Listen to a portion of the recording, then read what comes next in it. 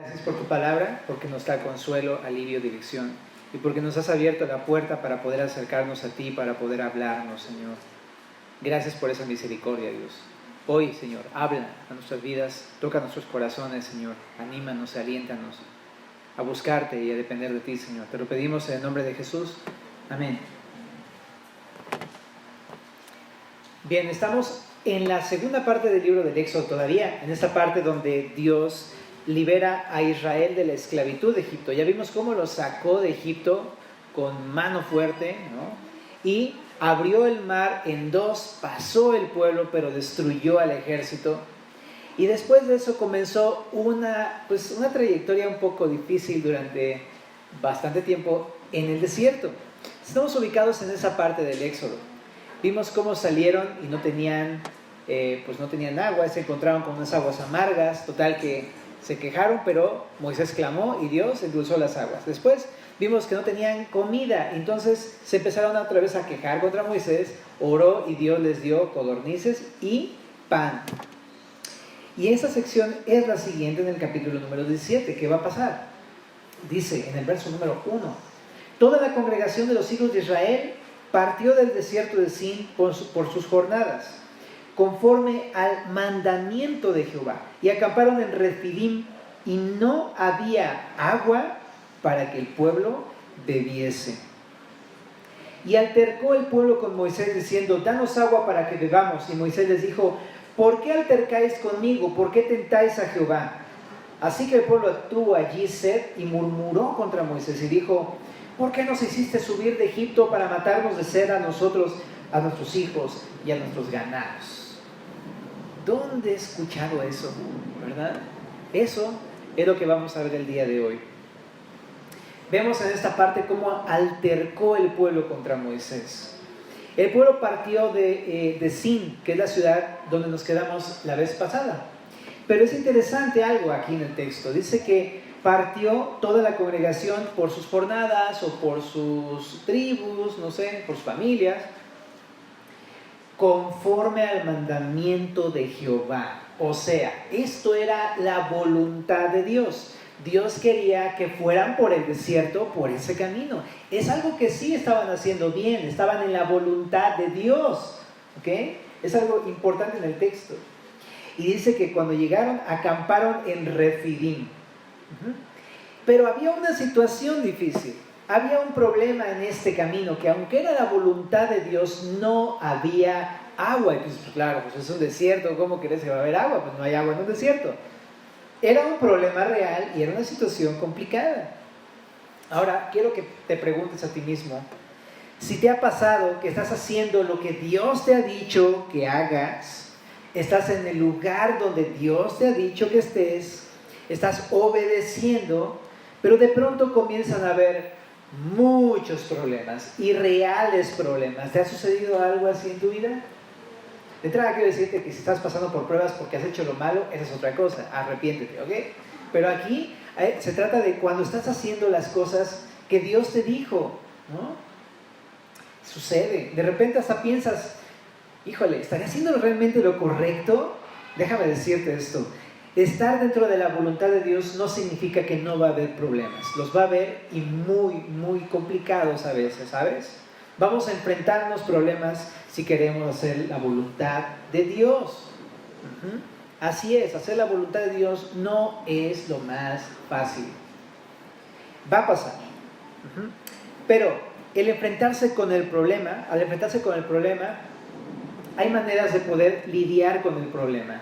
¿Qué pasó con el pueblo? Dice que el pueblo, cuando enfrentó con el problema, ¿qué pasó?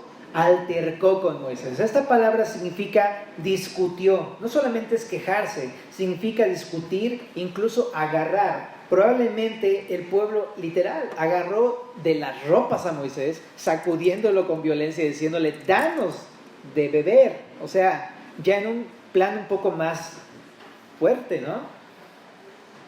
Y le reclamaron severamente a Moisés, como si fuera la culpa de Moisés o algo así. Pero está interesante porque ya vimos 2 ocasiones en donde les faltó agua y comida. Y en las 2 ocasiones vimos que Moisés oró Y Dios les contestó y les proveyó. Incluso vimos cómo Dios, les había mostrado su mano en medio de esas situaciones, y desde mucho tiempo atrás, desde el Éxodo, abrió el Mar Rojo, ¿no? Como no van a recordar eso, pero eso es exactamente lo que sucedió. El pueblo altercó con Moisés porque se olvidó de Dios otra vez, exactamente, otra vez, por tercera ocasión consecutiva. Olvidó cómo Dios los sacó de Egipto, cómo Dios estaba entre ellos, olvidó que Dios los estaba guiando por ahí, se les olvidó quién era Dios y su gran poder. Dios estaba ahí con ellos, pero ellos no estaban con Dios. Y por eso es que empezaron a altercar, a discutir con Moisés. Ahora, vamos a este punto. Podemos estar haciendo lo que Dios nos pide, pero cuando se presentan los problemas, por hacer lo que Dios nos dice que hagamos, ¿cómo respondes? A veces respondemos como el pueblo. Respondemos con queja, o mucho más que eso, con un altercado, con una discusión, peleándonos con medio mundo, discutiendo con todos. Eso es muy común que a veces hacemos con las circunstancias, ¿no? Empezamos a altercar con todos. Pero ¿qué es lo que estamos demostrando con eso? No es que estemos demostrando una injusticia o algo así. Lo que estamos demostrando a través de esto es que nos hemos olvidado de Dios. Hemos olvidado quién es Dios, cómo nos sacó. Nos estamos olvidando cómo Dios va con nosotros, cómo Dios nos está guiando por ahí. Nos olvidamos por completo. Y no te sorprenda que lo hagamos 3 veces consecutivas o hasta más. ¿No te ha pasado eso? Que Dios te acaba de dar una lección y tú dices, wow, sí, debo depender de Dios, ¿no? Y a los 2 días o una semana ya estás otra vez en lo mismo, ¿no? Esa es nuestra triste condición. Se nos olvida quién es Dios, se nos olvida su gran poder y cómo Dios está entre nosotros, con nosotros todo el tiempo. Y en vez de hacer lo que Moisés va a hacer, buscar a Dios, nos ponemos eso, a quejarnos, discutir y murmurar. Entonces, bueno, esa es una realidad en nuestras vidas que pasa. Pero en el verso 4 vamos a ver cómo responde Moisés y qué nos enseña eso. Dice el verso 4: entonces clamó Moisés a Jehová, diciendo, ¿qué haré con este pueblo? De aquí a un poco me apedrearán. A diferencia del pueblo, Moisés no se queja ni discute contra el pueblo, ¿te das cuenta? Lo que hace Moisés es venir a Dios y clamar a Dios. Esa es otra manera en cómo poder responder ante los problemas que enfrentamos, las pruebas y los problemas, dificultades, viniendo a Dios y clamando por ayuda. Y lo que le dice Moisés a Dios es, te pido que me digas qué hacer, qué hago con este pueblo. Y cuando le pregunta esto es reconocer que él no es capaz de solucionar el problema que tiene, que es un problema grande. Todo el pueblo se le vino encima, gente que hace con todo un pueblo, ¿no?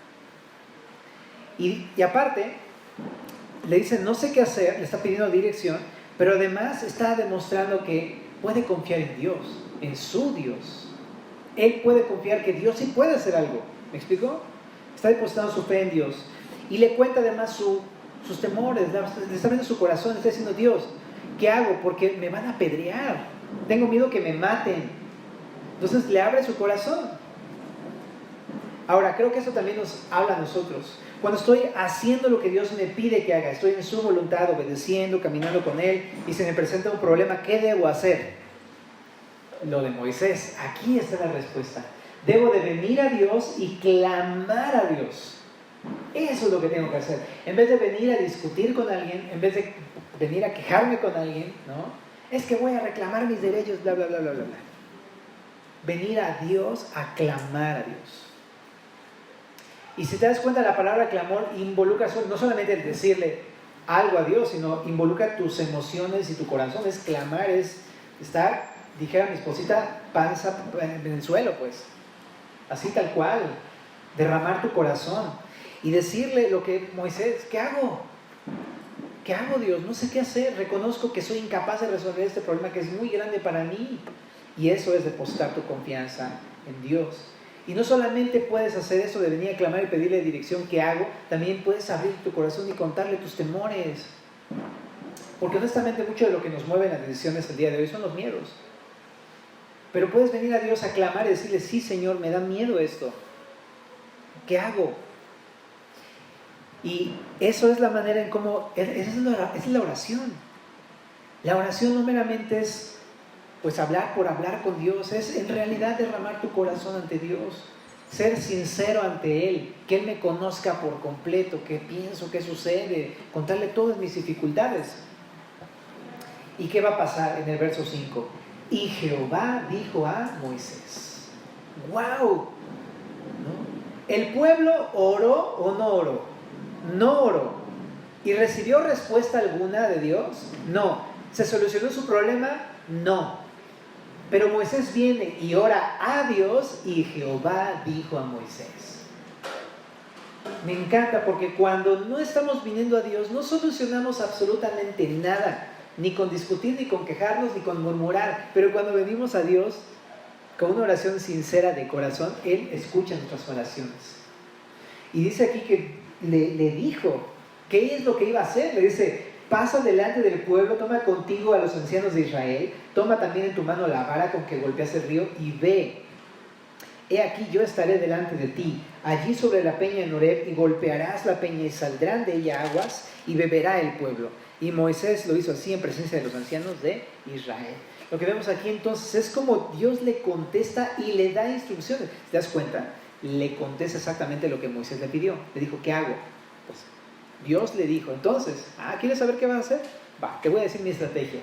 Ponte adelante del pueblo, no vayas atrás. Ponte adelante, vas a agarrar ancianos y te los vas a llevar al monte Horeb como testigos. ¿Y qué voy a mostrarle a los ancianos? ¿Cómo voy a proveer al pueblo y cómo voy a solucionar ese problema? Tú vas a agarrar tu vara con la que golpeaste el río y vas a pegarle a la peña en el monte Horeb. Si te acuerdas, el monte Horeb probablemente era una roca volcánica, es un volcán. Entonces probablemente pues esa era la piedra que iba a pegarle a Moisés. Y de la piedra iban a salir aguas, ¿no? Muy interesante. ¿Cuándo has visto eso? O sea, no vas caminando con un bastón en el camellón y pegándole y sale agua, ¿no? Es un milagro de Dios. Dios iba a solucionar el problema del pueblo. Ahora, está bien interesante cómo lo va a hacer, porque lo va a hacer usando instrumentos humanos, es Moisés, pero también va a ser usándole un pedazo de madera, ¿no? Pero este pedazo de madera, que es la vara de Moisés, tiene un sentido por el cual Dios se lo está diciendo a Moisés. Y de hecho dice ahí, la vara con la que, dice ahí, golpeaste el río. ¿Cuál río? Pues el río Nilo. ¿Te acuerdas uno de los primeros milagros que hizo Dios por medio de Moisés? Azotó con su vara el río Nilo y se convirtieron en sangre. De alguna manera le está recordando, mira Moisés, ¿te acuerdas cómo yo hice mis milagros y mis obras en Egipto? Y cómo yo estuve contigo y te ayudé y te confirmé y solucioné todo. Así de la misma forma voy a estar contigo el día de hoy. Así es que no dudes. Toma mi vara porque eso te va a recordar que yo estoy ahí y que voy a hacer la obra a través de ti. Como diciéndole, hey, puedes confiar en mí. Y está de acuerdo con el verso 6 porque le dice, yo estaré delante de ti. Pero te digo, fue con su vara a la peña, le pegó a la peña. Así lo hizo Moisés. ¿Y qué pasó? Le pegó y se que brotaron las aguas. Salieron aguas de la roca, suficientes para saciar la sed de todo el pueblo. ¿Se solucionó el problema, sí o no? ¿Se solucionó? ¿Qué estamos viendo entonces? Lo que estamos viendo es que cuando Moisés clamó, Dios le contestó, solucionó su dificultad, solucionó su problema. Y cabe mencionar que Dios también protegió a Moisés, porque él tenía miedo, le decía, me van a matar, me van a apedrear. ¿Y qué hace al solucionar su problema? También lo protege. Eso es lo que está haciendo Jehová en la vida de Moisés. Y al final, en el verso número 7, Moisés le puso a ese lugar este nombre tan curioso que es Masá Meriba. Así se llamaba el lugar, que significa prácticamente prueba y altercado. Parece el nombre de telenovela de Netflix, ¿no? Prueba y altercado, qué extraño nombre. Pero ese es el nombre que le puso Moisés a ese sitio. Dice ahí, por la rencilla y porque tentaron a Jehová. Eso es lo que hizo el pueblo. Y sí, eso es lo que pasó, ¿no? Cuando tú te das cuenta ahí en el verso número 2, por qué Moisés le pregunta al pueblo, ¿por qué altercan conmigo? ¿Por qué tientan a Dios? Hace referencia a esto mismo del verso número 7. El problema de ellos no era contra Moisés realmente, sino que era un problema contra Dios. El hecho de que altercaran contra Moisés tenía su origen en que ellos estaban peleados con Dios. Realmente su problema era con Dios, no con Moisés, sino con Dios. ¿Y qué estaban haciendo contra Dios? Lo estaban tentando. Esta palabra es interesante. Esta palabra también significa probar. ¿Y en qué lo estaban probando? Ahí en el verso 7 dice, en que decían, ¿está pues Jehová con nosotros o no? Básicamente estaban provocando a que Dios hiciera un milagro para que les demostrara que estaba con ellos. Pero era tentarlo, porque ¿cuántas veces Dios no se los demostró? Entonces estaban provocándolo, le estaban echando un buscapiés a Dios. Ahora, vamos a ver cómo a pesar de esto Dios los favorece, ¿no? Pero bueno, entonces creo que podemos analizar lo siguiente.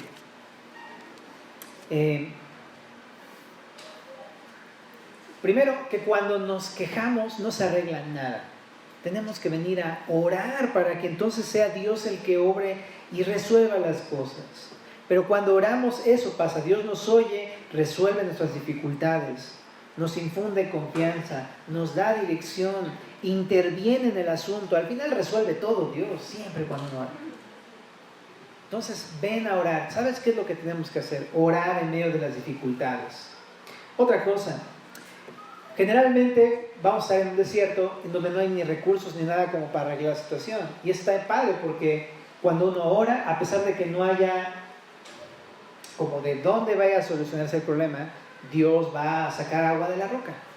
Va a hacer cosas que no te imaginas que va a hacer y cómo va a resolver el problema, pero lo va a hacer de formas milagrosas e inesperadas. Pero nuestra tarea no es saber cómo va a hacerlo. Nuestra tarea es confiar en Dios y venir a clamar a Dios. Ahora, también cuando oramos, también Dios nos protege de nuestros enemigos. Eso es una realidad, ¿verdad? Y otra cosa, cuando no oramos y nos quejamos o discutimos, lo que realmente estamos haciendo es tentar a Dios. Y es una de esas cosas que la Biblia también nos advierte. Pablo lo dice en 1 Corintios, acompáñame por favor con tu Biblia a capítulo 10. Es el sentido en el que lo dice Pablo. Déjame leértelo desde el verso 1. Dice, porque no quiero, hermanos, que ignoréis que nuestros padres todos estuvieron bajo la nube y todos pasaron el mar. Y todos en Moisés fueron bautizados en la nube y en el mar, y todos comieron el mismo alimento espiritual. Habla del maná la semana pasada. Verso 4. Y todos bebieron la misma bebida espiritual porque bebían de la roca espiritual que los seguía, y la roca era Cristo. Este pasaje habla de este suceso. Déjame saltarme al verso 6. Dice, mas estas cosas sucedieron como ejemplo para nosotros, para que no codiciemos cosas malas como ellos codiciaron. Déjame saltarme al verso número 9. Ni tentemos al Señor como también algunos de ellos le tentaron y perecieron por las serpientes. Ni murmuréis como algunos de ellos murmuraron y perecieron por el destructor. Y estas cosas les acontecieron como ejemplo y están escritas para mostrarnos a quiénes, a nosotros, a quienes han alcanzado los fines de los siglos. Así que la primera exhortación de Pablo al usar este suceso para hablar en Corintios es esta: no tientes a Dios, no murmures, no te quejes, mejor ora. Porque cuando lo hacemos, cometemos esos errores y nos podemos hacer acreedores a una buena disciplina de parte del Señor. Mejor vengamos a confiar en el Señor, no murmuremos, no tentemos al Señor, no seamos incluso incrédulos con el Señor de quién es Él y de lo que Él puede hacer en nuestras vidas en medio de los problemas. Pero además Pablo explica que este suceso no está aislado del resto de la Escritura, sino que apunta a algo. La roca apunta a Cristo. En el Nuevo Testamento muy claramente se identifica a la roca con Cristo. Le llama así a Cristo, Él es la roca, ¿no? Eso es de lo que se trataba. Este suceso apuntaba a cómo más adelante vendría el Mesías, el cual es la roca de Israel. Habla de alguien firme, seguro, en quien te puedes apoyar y confiar. pero Él iba a ser golpeado, azotado por nuestro pecado, para que entonces de su sacrificio Él pudiera saciarnos con su agua viva. Entonces apunta a Cristo, realmente. Y esto nos enseña un par de cosas. Para empezar, en medio del problema, ¿qué es lo que necesito realmente? Meramente no necesito que se solucione el problema, lo que necesito es a Cristo. Él es el agua de vida. Eso es lo que necesito. Pero si tú no conoces a Cristo, vas a vivir insatisfecho y con sed toda tu vida, espiritualmente hablando. Entonces esto también nos enseña, ¿sabes? Necesitas probar a Cristo. O sea, en el sentido de, pues, de gustarlo, probarlo, saborearlo, de ver cómo esta agua viva que Él te ofrece te sacia tu corazón. ¿Y a qué se refiere con esto? Porque parecía algo como figurado, alegórico, algo así. Realmente el agua viva representa en el Nuevo Testamento al Espíritu de Dios. Cuando tú crees en Cristo, el Espíritu de Dios llena tu corazón. Y cuando llena tu corazón, no solamente te sacia ese vacío y esa necesidad en tu interior, también Él dice en Juan, ¿no?, que de tu interior correrán ríos de agua viva, que significa entonces que no solamente te va a saciar, sino que te va a transformar de manera que ahora tu vida sea como esta agua que puede saciar a otros. Yo no sé si tu vida, a ti te ha pasado que más que ser agua que sacie la sed de otros, más bien eres una roca áspera y dura que lastima, que irrita, que molesta, que nada más llegas como el rey Midas, nada más que no lo conviertes todo en oro cuando lo tocas, sino que todo lo destrozas cuando lo tocas. Vienes a tu familia y la destrozas. Vienes a tu trabajo y nada más creas puro alboroto. Y vienes a cualquier otro lado y todo lo deshaces. Me encanta que el Señor dice, ven y pruébame. Ven y bebe de esta agua viva, para que entonces de ti fluyan ríos de agua viva. En otras palabras, sé lleno del Espíritu, porque el Espíritu Santo va a obrar en tu corazón y va a convertir tu corazón. Y en vez de ser esta roca áspera, ¿no?, este hombre con un corazón todo duro, insensible, que solamente lastima, a ser agua que puede satisfacer la sed de otros. Sé lleno del Espíritu para que de tu vida ya no fluya el odio y el rencor y la amargura y la aspereza, sino el amor de Cristo. ¿Me explico? Yo sé que necesito cuando leo esas cosas. Yo necesito a Cristo y necesito ser lleno de su Espíritu. ¿Cómo se pide el Espíritu? ¿Cómo ser lleno del Espíritu? Pues bien sencillo, pídeselo. Pídeselo, Señor, lléname de tu Espíritu, lléname, transforma este corazón de piedra en un río de agua viva, Señor. Pídeselo al Señor. Bueno, entonces, ¿qué necesito en las pruebas? Necesito a Cristo. Y sí, también Él me va a ayudar a resolver mis problemas. Pero vamos a continuar con el texto, ¿no? Aquí lo que vemos es cómo Moisés clamó y Dios lo escuchó. Pero ahora va a pasar algo más. El verso 8 dice, entonces vino Amalek y peleó contra Israel en Refidim. Uy, ¿cómo te explico? Están haciendo la voluntad de Dios. Están donde Dios les dijo que debían de estar. Eso era lo que tenían que hacer. Por ese camino del desierto tenían que andar. Pero primero se les acaba el agua. No tienen que tomar nada de agua. Y ahora resulta que se topan con un gran ejército, los amalecitas, que están a punto de, pues, destruirlos. ¿Te puedes imaginar lo que está pasando en el corazón de todo este pueblo israelita? ¿Cómo? O sea, venimos saliendo, nos enfrentamos a un pueblo enorme, nos van a aplastar. Pudo haber habido miedo, desánimo, incertidumbre, un chorro de dudas, muchas cosas en el corazón del pueblo.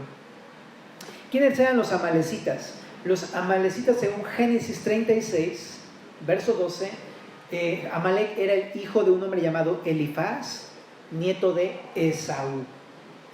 ¿Esaú quién era? ¿Te acuerdas en la Biblia? Ahora que vimos Génesis, Esaú era el hermano de Jacob. Y tú te acuerdas del carácter de Esaú, porque cuando Jacob le quitó la primogenitura a Esaú, ¿qué hizo Esaú? Se lo quería matar a su hermano. Entonces no cree que es una persona amable. Era una persona bien violenta, ¿no? Y estaba persiguiendo a su hermano. Jacob tuvo que huir de ahí e irse a otro lado porque le iba a matar a su hermano. Y no solamente Esaú, sus hijos, porque durante toda la historia de Israel, los descendientes de Esaú, que son los edomitas, y que Amalek forma parte de la descendencia de este pueblo, van a ser igual de fieros y todo el tiempo van a estar persiguiendo a los israelitas, que son los hijos de Jacob. Es que interesante que no solamente Jacob pelea contra, Esaú pelea contra Jacob, sino también los edomitas contra los israelitas. Pues aquí se ve otra vez la batalla, ¿no?, entre hermanos que empezó en alguna ocasión. Pero aquí el punto está en que entonces los israelitas se enfrentan a este ejército cuando están haciendo la voluntad de Dios. Ahora nos surge este punto también. Al andar en la voluntad de Dios, vamos a enfrentar batallas. No solamente problemas, también batallas espirituales. También batallas. Y eso, a veces va a ser un gran ejército. Va a ser algo muy grande, a veces va a ser batallas muy difíciles espiritualmente hablando. Entonces está bien chistoso porque de repente llegas a Cristo y dices, no, pues ya todo va a componerse y va a estar fácil. No va a estar más fácil. Van a haber batallas y es muy real. Empiezas a ser amigo de Dios, empiezas a volverte enemigo del mundo. Moisés entonces manda a un hombre para poder echar mano en toda la situación. En el verso número 9 dice, verso 9, dijo Moisés a Josué, escógenos varones y sal a pelear contra Amalek. Mañana yo estaré sobre la cumbre del collado y la vara de Dios en mi mano. E hizo Josué como le dijo Moisés, peleando contra Amalek. Y Moisés y Aarón y Hur subieron a la cumbre del collado. Bueno, aquí Moisés escoge un hombre llamado Josué. Probablemente Josué en esta época todavía no era el valiente guerrero que conocemos en el libro de Josué más adelante, ¿no? Muy probablemente era pues un esclavo igual que todo el pueblo, porque vienen saliendo de una esclavitud en Egipto. Entonces yo no me imagino que alguien sea guerrero y sea esclavo al mismo tiempo, ¿no? Es difícil pensarlo de esa manera, ¿no?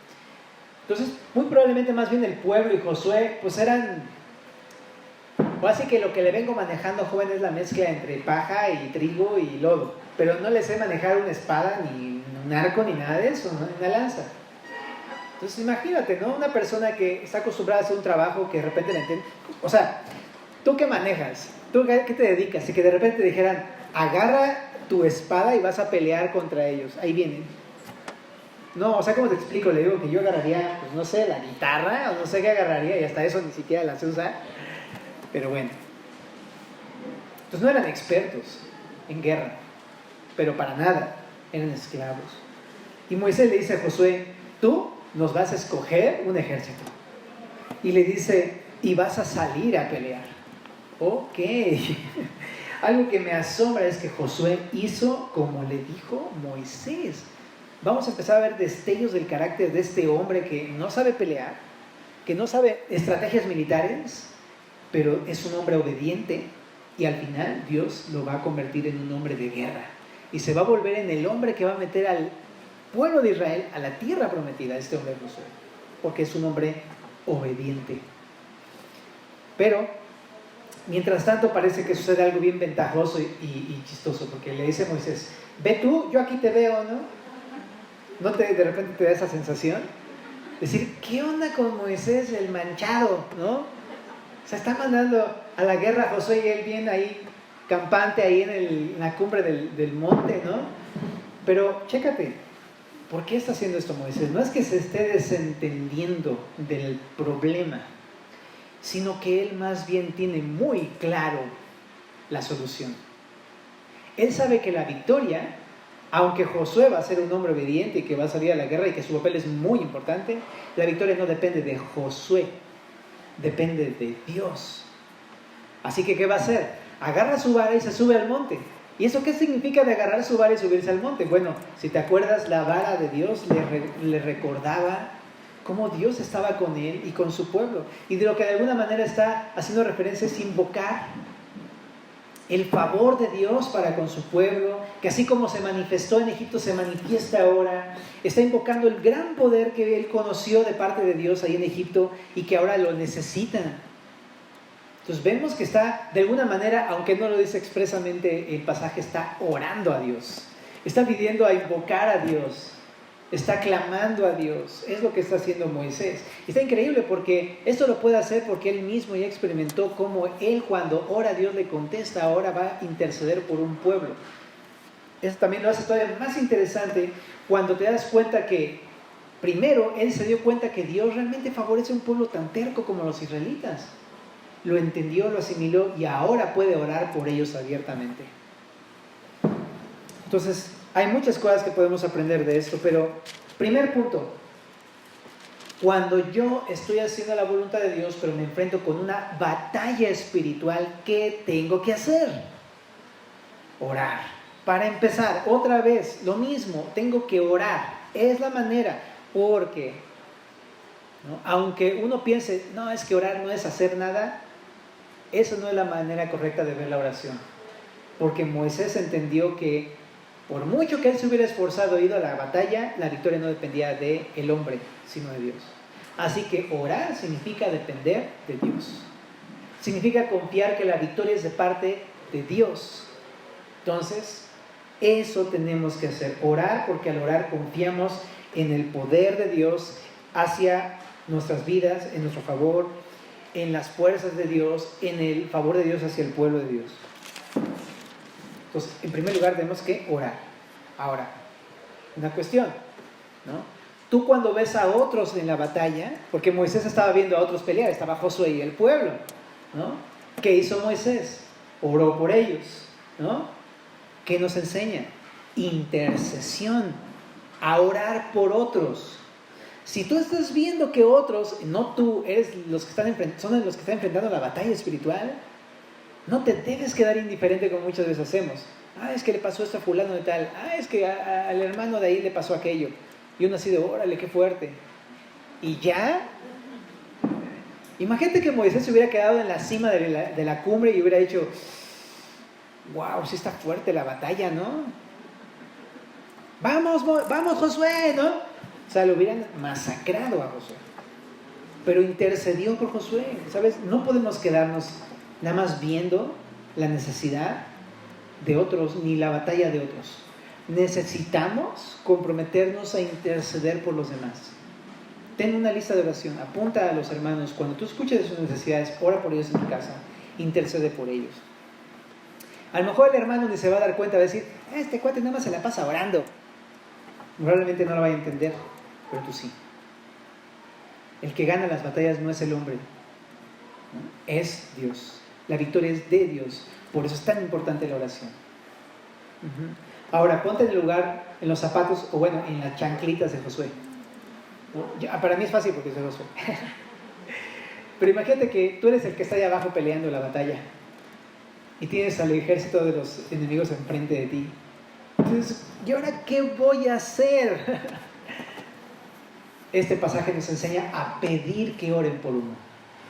Pide a otros que oren por ti. Si tú también confías en que Dios gana las batallas, el que de Él es la victoria, pide que oren por ti. No te quedes nada más decir, pues yo solito, yo puedo solo. Nada que ver. Josué no podía estar orando en la batalla al mismo tiempo. Tenía que tener a alguien que lo ayudara. Pide que ore por ti. Cuando tengas una batalla, no te aísles. No te apartes del resto de tus hermanos. Mira, aquí somos bastantitos y a las 10 también tienes hermanos. Aquí nada más enseñas Xochimilco. Pide a alguien que ore por ti. Por eso luego aquí al frente nos ponemos algunos servidores para poder orar por ti, porque entendemos eso. Necesitamos orar unos por otros. Así que al final acércate. Ahorita al final lo vamos a hacer también unos con otros. Pero no solamente con nosotros que estamos a lo mejor aquí sirviéndote. Cualquier hermano puedes acercarte a pedirle oración. Y eso está increíble cuando tú ves a la misma iglesia orando unos por otros, ¿no? A mí me daba cosa porque de repente es como, chale, ¿qué va a decir? Va a decir, este cuate es bien débil, no sabe pelear la batalla. Pues nada que ver. Yo he venido muchas veces a pedirle a quien sea oración y siempre encuentro un abrazo, encuentro el aliento, y cuando oran por mí sé que entonces Dios está escuchando a mi hermano y digo, wow, sí. No ha habido momentos más confortantes en mi vida en medio de las batallas que cuando le pido a alguien que ore por mí. En verdad, hasta luego le dan ganas de chillar a uno de, híjole, aquí estás conmigo, Señor, en los brazos de mi hermano, aquí me estás escuchando, Señor. Es increíble. No te pierdas este privilegio de pedir oración por ti. No es egoísmo, es dependencia, es confianza en Dios. Bueno, También podemos ver algo que no está muy claro, pero te lo voy a decir. ¿No? Mientras Moisés oraba, Josué ganaba. ¿Eh? Está increíble eso. Mientras Moisés oraba, Josué peleaba. De hecho, ahí te das cuenta, Josué, pues era un guerrero, no era más que eso, pero apunta en un futuro a Josué. ¿A quién me refiero? A Jesús. El nombre hebreo de Jesús es Josué, ¿sabías eso? Entonces lo que de alguna manera te está mostrando es cuando tú oras, Jesús interviene y lucha la batalla. Cuando no oras, pues hay quién sabe quién te ayuda, pero cuando tú oras es Jesús luchando por ti. ¿Cuántas veces más bien preferimos nosotros ahí ser despedazados en medio de la batalla por no venir a pedir oración? O no orar por otros y vemos a los hermanos caídos. Entonces, qué importante es involucrar a Dios en mi vida, ¿no? Que Él sea el que luche mis batallas en oración. Bueno, pero adelante en el verso 11 y 12 dice: y sucedía que cuando Moisés alzaba su mano, porque ahí tenía su bastón, su vara, Israel prevalecía, mas cuando él bajaba su mano prevalecía Amalec.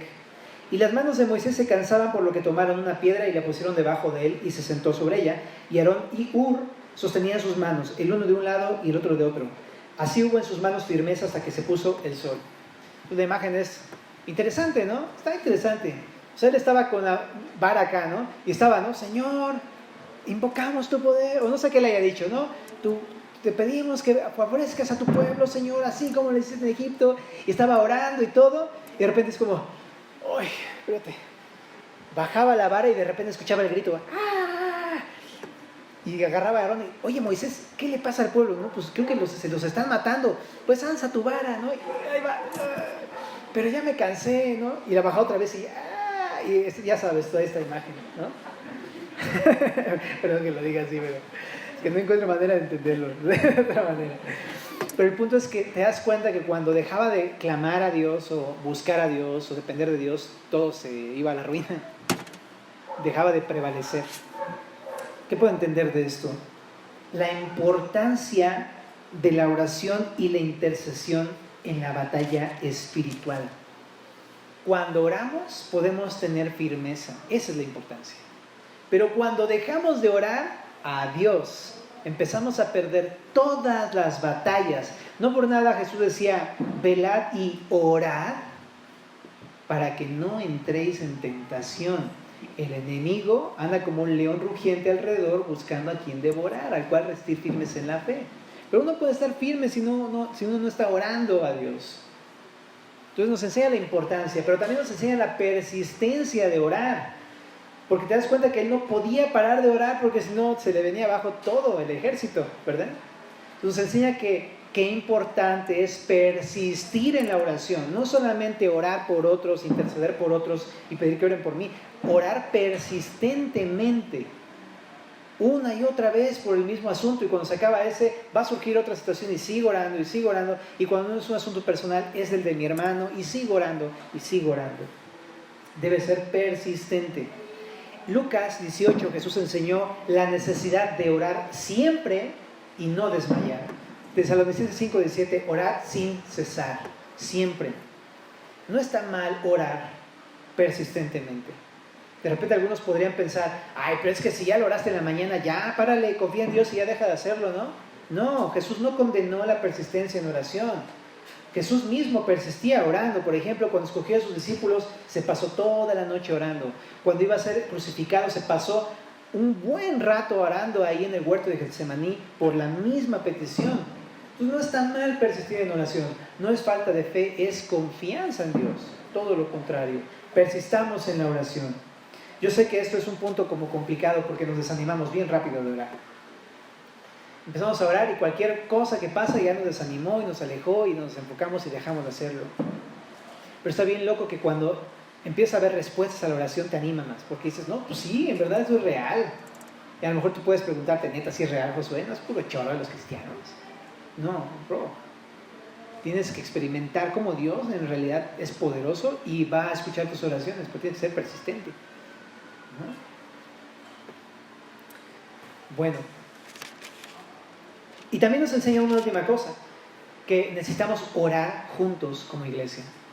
No puedo yo tener mi vida solitaria como cristiano, yo resuelvo mis conflictos, yo oro solito y yo solito la armo. No, no estamos diseñados para eso. Aquí lo vemos en Moisés. Sí. ¿Tú crees que Moisés es mejor que tú? Yo sí, la verdad, ¿no? Con todo de que tuvo sus fallas, digo, nada que ver, o sea, yo Moisés, nada que ver, la verdad. Y digo, si Moisés, él entendió esto, que necesitaba pedir oración y orar por otros, mucho más yo debo entenderlo y aceptarlo. Necesito orar junto con mis hermanos, con ustedes, entre ustedes, necesito hacer esto, ¿sabes? Y así pasa luego, ves, te acercas a pedir oración, pero luego te salimos pidiendo oración por nosotros. Y en verdad, ya que estamos hablando de eso, te pido que ores por nosotros. Por mí, por mi esposa, por mis hijos, por los servidores, por tus hermanos, ora por nosotros. O sea, necesitamos de tus oraciones, aunque tú no lo creas. Nosotros no estamos viviendo una vida tan sencilla, igual que tú. No por el hecho de estar sirviendo significa que no tengamos batallas o no tengamos problemas. ¿Vale? Entonces, ora por nosotros. Y al final del verso 13 vamos a ver la última parte, dice: y Josué deshizo a Amalek. Me encanta esta palabra, deshizo, me encanta. Josué deshizo a Amalek y a su pueblo a filo de espada. Y Jehová dijo a Moisés: escribe esto para memoria en un libro, y di a Josué que raeré de todo la memoria de Amalek de debajo del cielo. Y Moisés edificó un altar y llamó su nombre Jehová Nisi, que significa Jehová es mi estandarte, y dijo: por cuanto la mano de Amalek se levantó contra el trono de Jehová, Jehová tendrá guerra con Amalek de generación en generación. Bueno, lo último que vemos aquí es como, pues cuando Moisés oraba, entonces Dios les dio la victoria a Josué, al pueblo, a todos ellos. Dios venció la batalla. En primer lugar, cuando oro puedo estar confiado que Dios vence todas mis batallas. Todas, por muy fuertes, difíciles que sean. Dios tiene la victoria. También en el mismo texto de Corintios, capítulo 10, verso 13, dice: no os ha sobrevenido ninguna tentación que no sea humana, pero fiel es Dios, que no os dejará ser tentados más de lo que podéis resistir, sino que dará también juntamente con la tentación la salida para que podáis soportar. Lo que está diciendo es: Dios te va a dar la victoria, bro. Dios siempre te va a dar la salida y la victoria en cualquier situación. Vengamos y oremos, ¿no? Pero otra cosa también, me encanta que dice: y Josué deshizo a Amalek, porque no dijo Moisés deshizo a Amalek. Nosotros oramos, pero realmente quien gana las batallas es Jesús. Me encanta, y verdad, nosotros somos más débiles que el enemigo, pero no son más fuertes que Jesús. Cuando oramos, Jesús destroza al enemigo con una victoria contundente, en verdad. No hay nadie que le pueda hacer frente a Jesús. Jesús quien gana nuestras batallas. Y le pide Jehová a Moisés: escríbelo para que quede como memoria, escrito, para que se acuerden. Dios nos ha dejado la Biblia para que tú y yo nos acordemos de las grandes victorias de Dios, para que sepamos que nos puede dar victoria en nuestras vidas también. Si tienes dudas de saber si Dios te va a dar la victoria, nada más lee un poquito de la Biblia. Vas a ver cómo Dios te va a fortalecer tu fe. Pero algo más también, me encanta que consuela a Josué, porque Josué estuvo en la batalla y vio a los muertos, vio a sus hermanos morir ahí en el campo.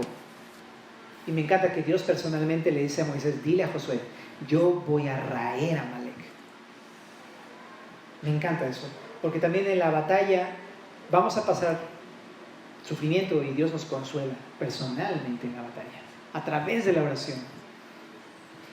Y al final, Moisés edificó el altar, ¿no? Adoró a Dios porque lo está reconociendo, y dice que, nada más deja este comentario al final: y de aquí en adelante, ahora sí que Amalek se ganó el desprecio de Jehová. Lo iba a tener por enemigo siempre, por haberse levantado contra él. Me encanta, hace referencia mucho a lo que estamos viendo en Jeremías, que el pueblo, al principio, cuando estaba enamorado de Dios, no había quien se le pusiera enfrente, porque Dios salía y lo defendía y destrozaba a sus enemigos. Jeremías 2. A propósito, te invitamos los miércoles a las noches de Jeremías. Me encanta, porque ese es nuestro Dios, ¿no? Si tú estás haciendo su voluntad, no va a haber alguien que se ponga delante de ti, porque realmente se pone delante de Dios y Dios los va a destrozar. Estamos hablando espiritualmente, por supuesto, porque nuestro enemigo no es carne y sangre, sino pues el diablo y sus ángeles, ¿no? Muy bien, terminemos concluyendo esto. Estamos hablando de la oración y la intercesión. Yo sé que a lo mejor puedes entender esos conceptos, qué padre que te quedaron claros. Mi invitación es, no es que te lo sepas de memoria, ora. ¿Sabes? Es muy fácil saberte todo esto y entender todo esto, ir a tu casa y decir, wow, estuvo bien chida la prédica, que Padre Dios me habló, no sé qué, y no oras. Olvídate, vas a sufrir una frustración tremenda cuando el enemigo te venza en batalla. Necesitamos orar. Ve a tu casa y ora. Hazlo, depende del Señor. Moisés no tenía un modelo de oración. Él no tenía el Padre Nuestro, él no tenía lo que nosotros conocemos en el Nuevo Testamento de la oración. Él simplemente tenía un corazón que quería confiar en Dios. Y no sabía ni cómo hablarle a Dios. Simplemente le pidió ayuda, ¿sabes? Entonces no es que necesitamos como tal, así, un método y cosas así. Ora y busca a Dios y depende de Dios. Esa es mi invitación para terminar. Ahora, ¿qué te parece si lo hacemos juntos? ¿Por qué no te pones de pie? Yo te invito para que con mucho respeto pongas tu manita en el hombro de tu hermano o de tu hermana, con respeto, y ores por tu hermano o por tu hermana.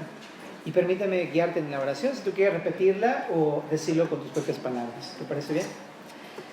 Bendito Padre, yo creo que mi hermano está pasando dificultades como yo,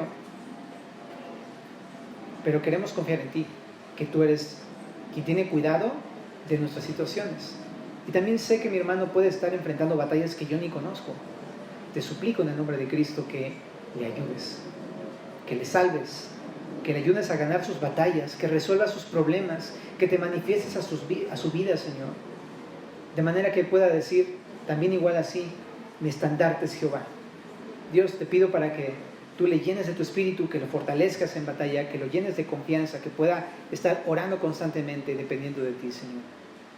Te lo pedimos, Señor, y te agradecemos porque tú eres nuestro Dios en quien podemos confiar, en el nombre de Jesús. Amén.